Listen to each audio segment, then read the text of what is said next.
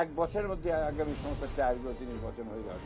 জনগণকে সঙ্গে নিয়েই তাদেরকে কাজ করতে হবে, কারণ জনগণই হচ্ছে সবচেয়ে এই দেশের মালিক এবং তৃণমূল পর্যায়ে তারা এই সব কিছু নির্ধারণ করে।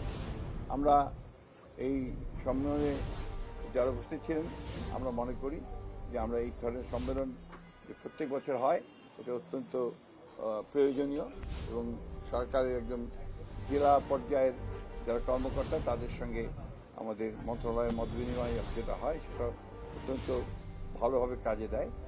ভবিষ্যতে সেটা যেন আরও বাড়ানো যায় সেটা আমরা বলেছি।